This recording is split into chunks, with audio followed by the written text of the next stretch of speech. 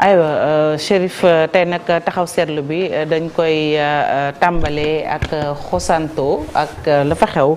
mu dippee ko Xosanto un drame économique. waaw dañu bëgg a ñëw rek ci li nga xamante ni benn lecture économique lañ bëgg a def si ce que Souleymane appelle drame social ci wàllu koom gi lañ bëgg a taxaw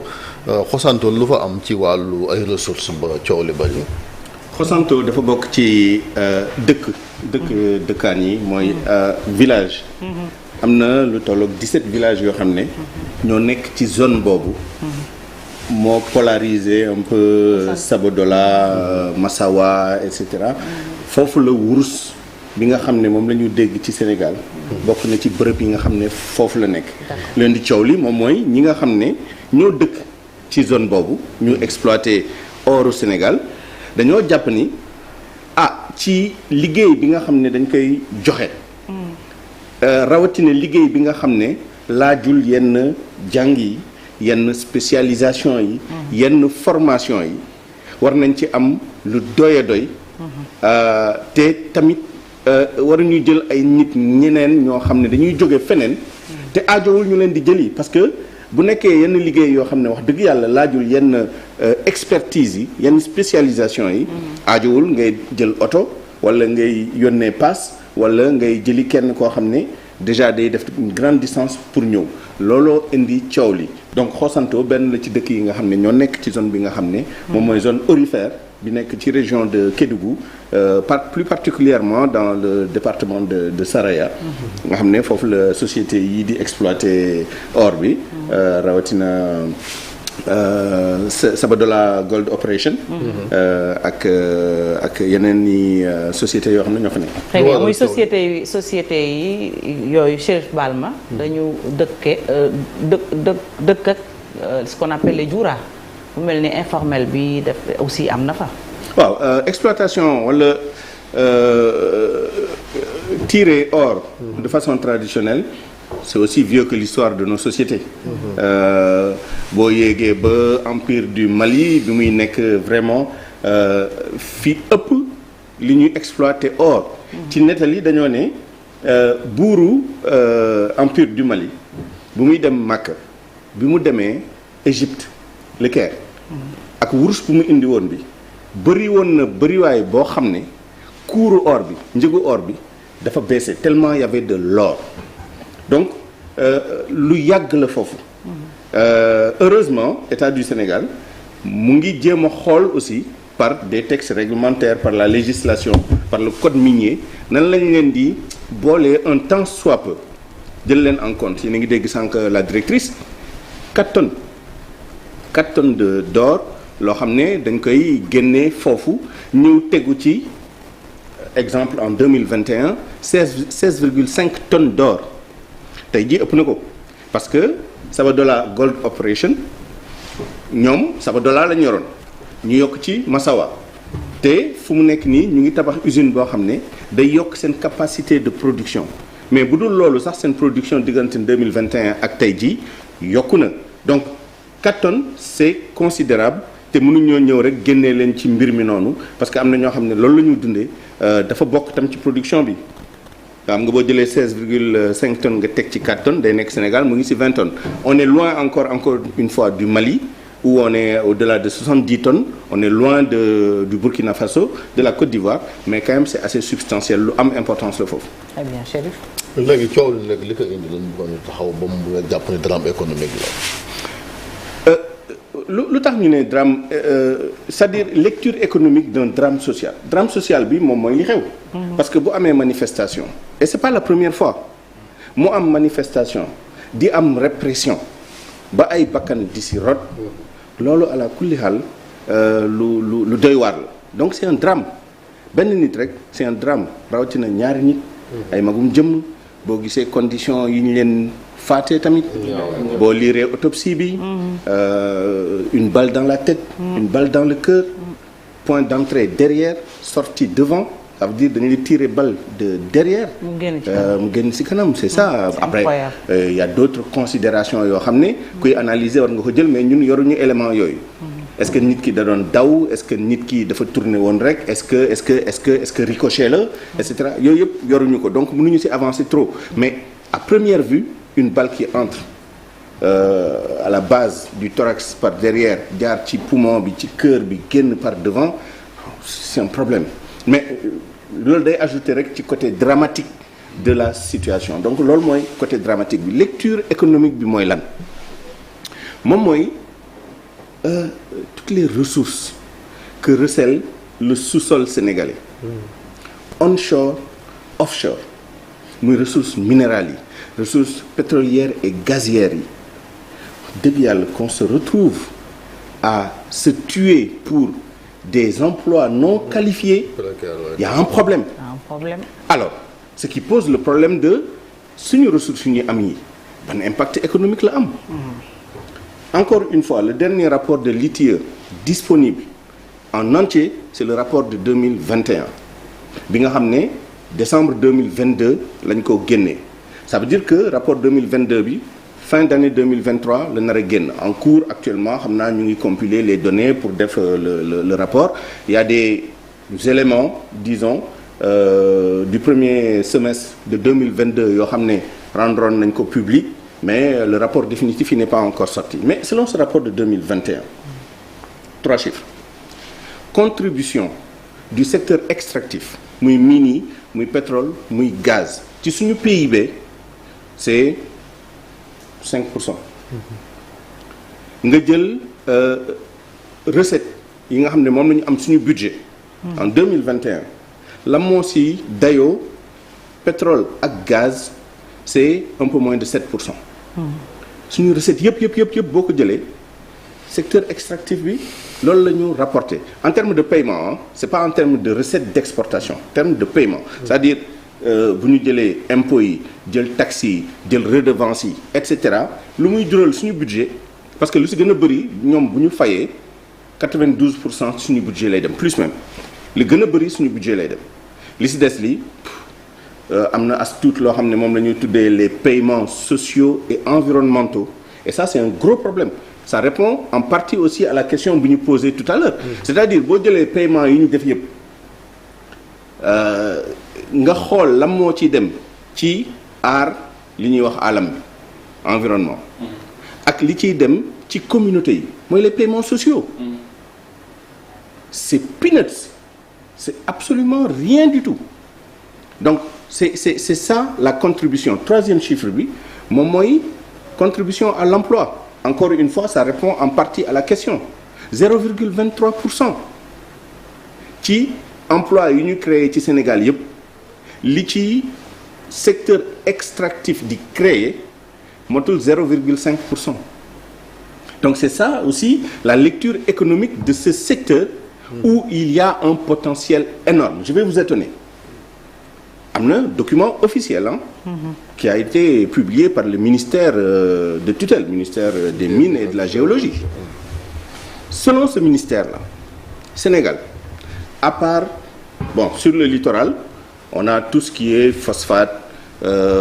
sable minéralisé donc zircon le coxène ilménite rutile on a les calcaires on a les argiles et tout ça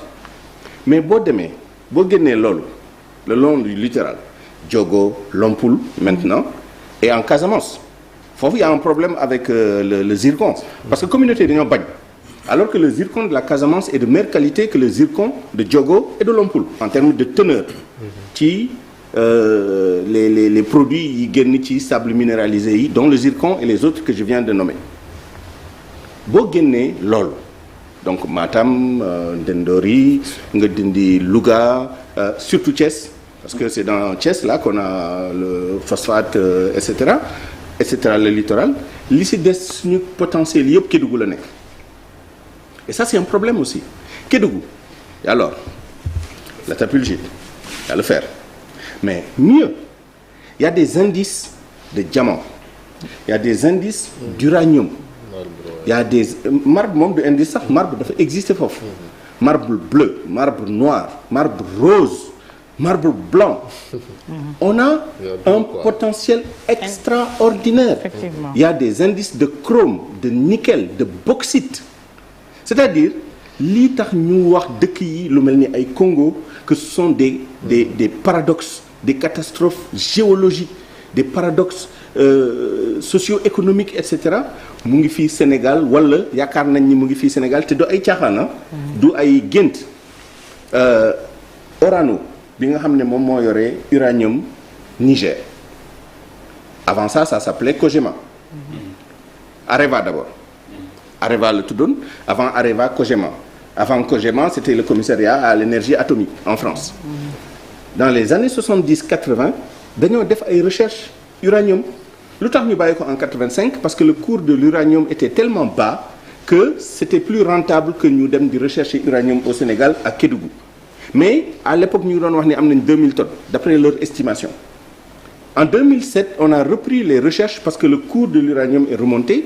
le potentiel est estimé maintenant à 10 000 tonnes et Dieu seul sait entre 2007 ak maintenant fan lañ ci toll parce que Areva dafa ñëwaat parce que dañoo jaayoon bi ñu demee ay sud-africains ñoo fi nekkoon Areva ñëwaat jëndaat sud-africains yooyu ça veut dire que ñoom ñoo yore encore ce truc là diamant je vous dis bauxite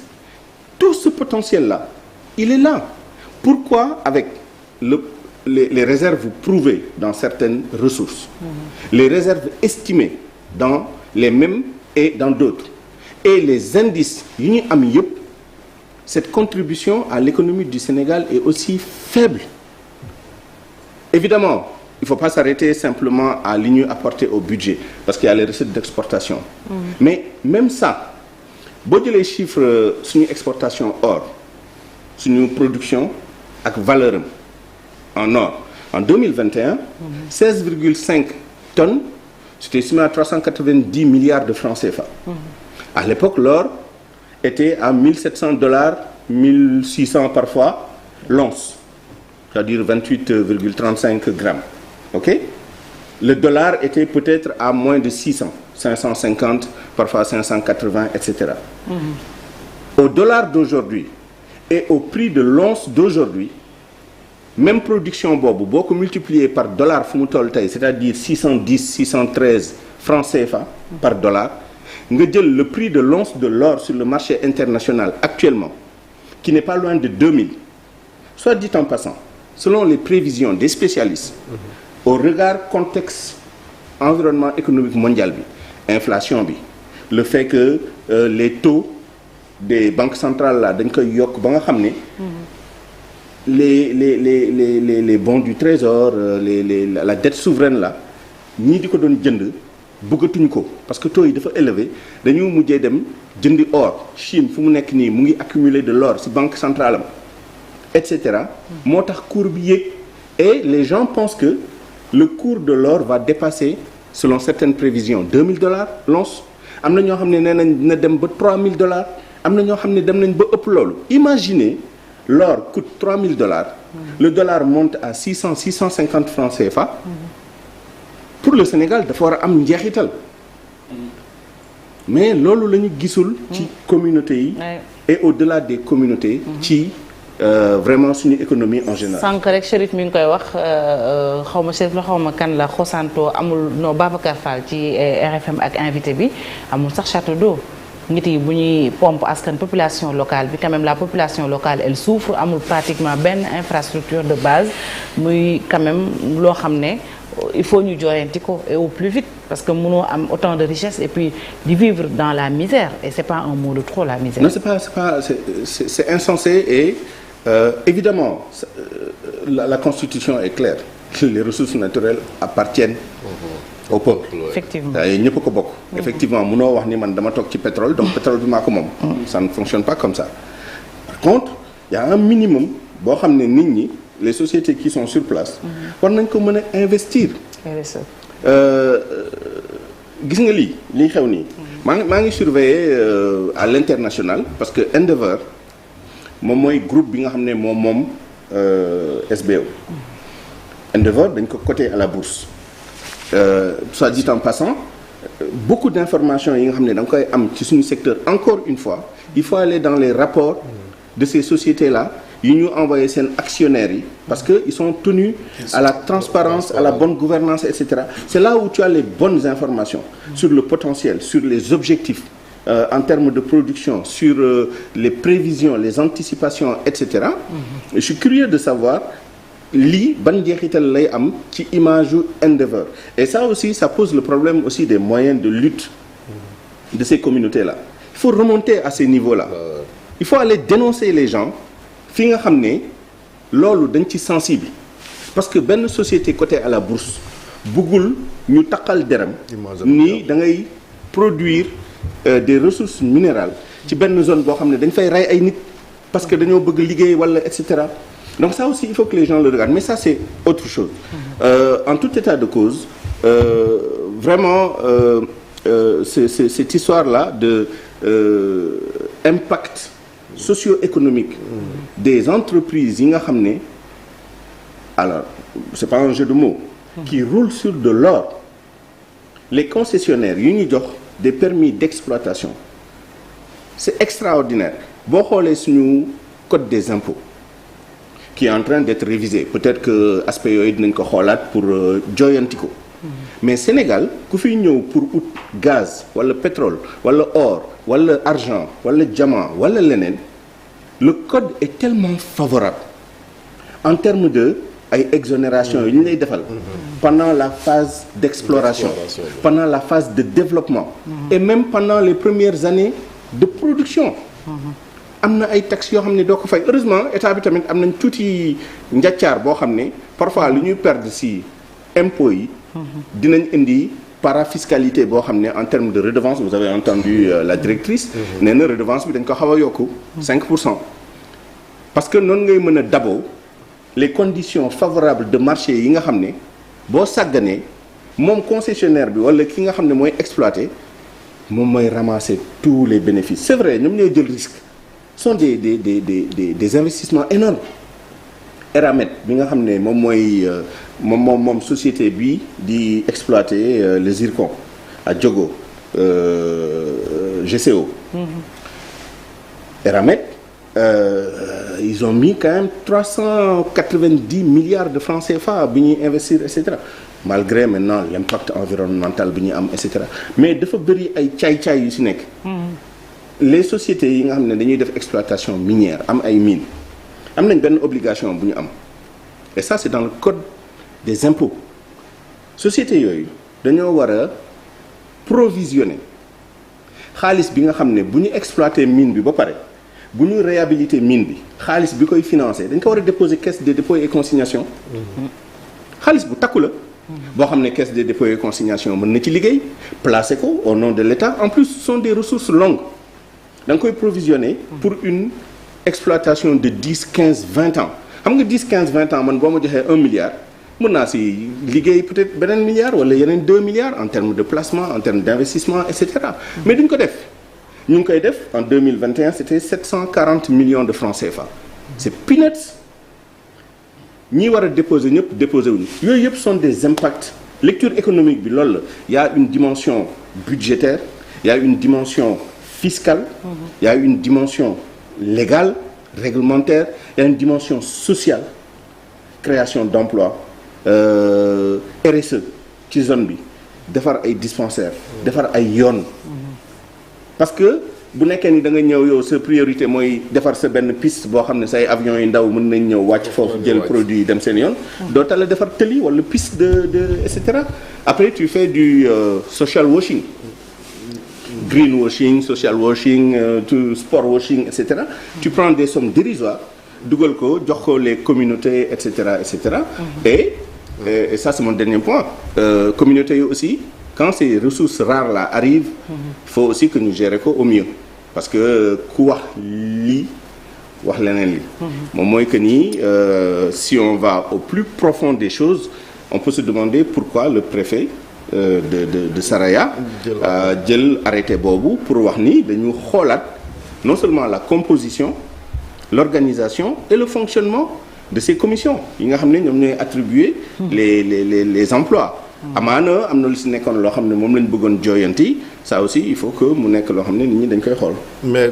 code bi code minier parce que directeur bi sax mi ngi wax waxu code minier code bi moom dafa favorable pour justement communiquer communauté yi tamit gën a gis seen bopp ci léegi. le code de 2016 si le problème c'est que ñii di exploiter ñu si gën a bëri ils ont signé seen contrat yi sous le régime du code de 2003 te ñii dafa ñoo ce sont des multinationales qui ont des dizaines et des dizaines d'années d'expérience. dañoo am dañoo capitaliser bañ nekk ba seen contrat yi ay contrat type. Bon évidemment ñun suñu contrat minier et cetera c'est pas eux qui nous l'ont imposé ñun ñoo avec des experts ak les bonnes pratiques yi am ci àdduna bi ITIE et cetera on a et cetera mais ce que je veux dire moom mooy que ni ñoom bu ñuy ñëw di négocier. L'une des clauses les plus banales wala les plus élémentaires yi nga xam ne dañ koy négocier moom mooy clause de stabilité. man ak yow bu ñu signé contrat sous le régime du code de 2003 li may njëkk a verrouiller moom mooy boo changer code bi tamit du changer condition man yi ma signé sama contrat. Et malheureusement ci loolu lañ nekk les sociétés qui ont signé avec le Sénégal. ont signé sous le régime lu ci gën a bëri de 2003. Et les innovations qui ont été apportées si code 2016 bi avec toutes les améliorations qui ont été amenées ces dernières années encore en principe pour nga appliquer le ko il faut nga jaar feneen et mooy njàccaar bi ma doon wax ci état du Sénégal lu ñu mënta am ci côté boobu dinañu ut yeneen i pexe pour amee ko foofu parfois c'est de la parafiscalité parfois ay renégociation la parfois aussi pour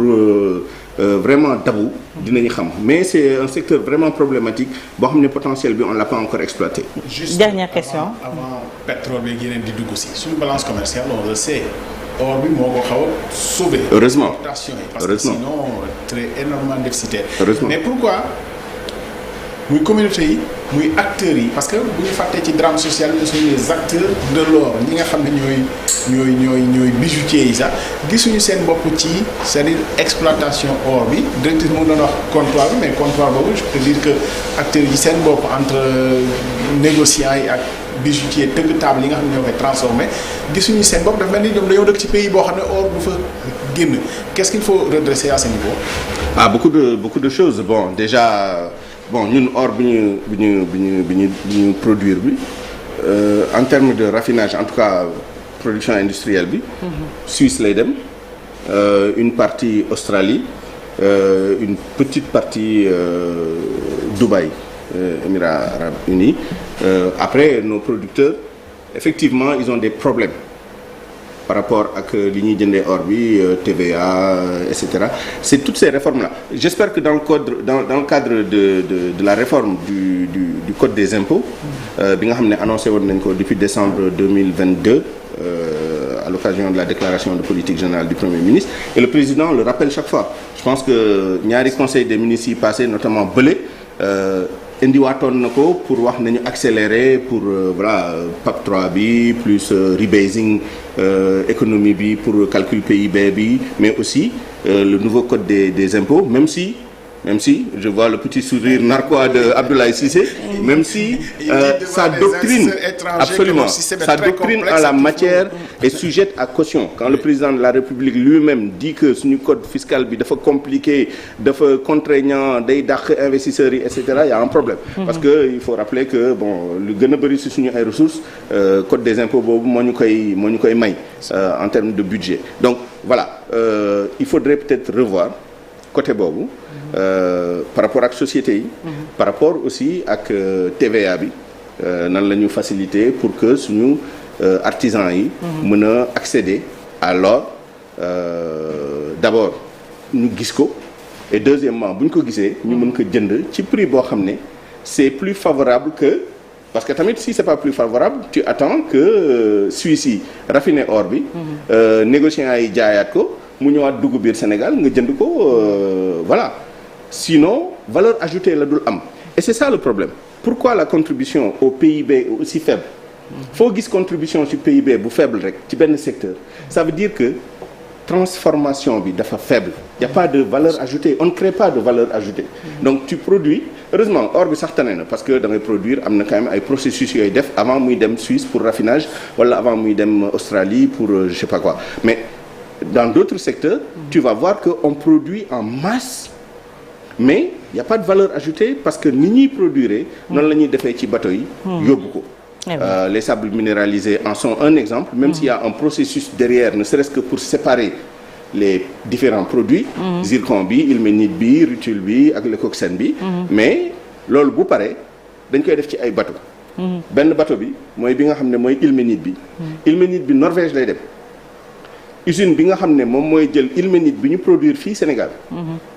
pour génne ci les produits fer liquide ak voilà yeneen produits yi Norvège dañ koy defee. Je sais pas si on n'aurait pas pu essayer nous dans le cadre des accords qu'on a avec Eramet. que processus boobu amee fii peut-être que amuñu expertise bi peut-être que ça demande des moyens qu'on n'a pas et cetera mais le résultat est que. dañu dem jël suñu suuf. yàq suñu environnement parce que gis ngeen processus de production des sables minéralisés c'est extrêmement lourd. da ngay détruire l'environnement après il y a théoriquement la réhabilitation reboiser delloowaat suuf si traiter ndox mi et cetera ils prétendent tous être bons dans ces domaines-là. mais boo xoolee njëg bu mu am ci suñu environnement. ak li mu ñu rapporter au plan économique. On aurait pu avoir mieux kenn xeebu ko nag c'est beaucoup d'argent mais on aurait pu mieux négocier et on peut multiplier cet exemple-là dans tous les secteurs pétrole gaz etc. Les gens se contentent du peu qu'on va avoir même si c'est beaucoup aux yeux de certains mais boo xoolee li xew Arabie Saoudite li xew Qatar les modèles ne sont pas les mêmes les pouvoirs ne sont pas les mêmes je me comprends très bien mais entre extrême boobu ak ñun beneen extrême bu ñu nekk bi y a peut-être un juste milieu boo xam ne on aurait pu mieux tirer notre épingle du jeu pour que ressources suñu am yi am un impact socio-économique plus élevé sur nos communautés et sur notre économie en général parce que suñu économie bi doxee ñun ñëpp lay doxal salaire yi yokku pouvoir d'achat bi yokku prix yi wàññeeku et cetera et cetera. Très bien merci beaucoup Souleymane 8h jot na ba tegal ñeent fukki simili ak juróom-benn ñu dalal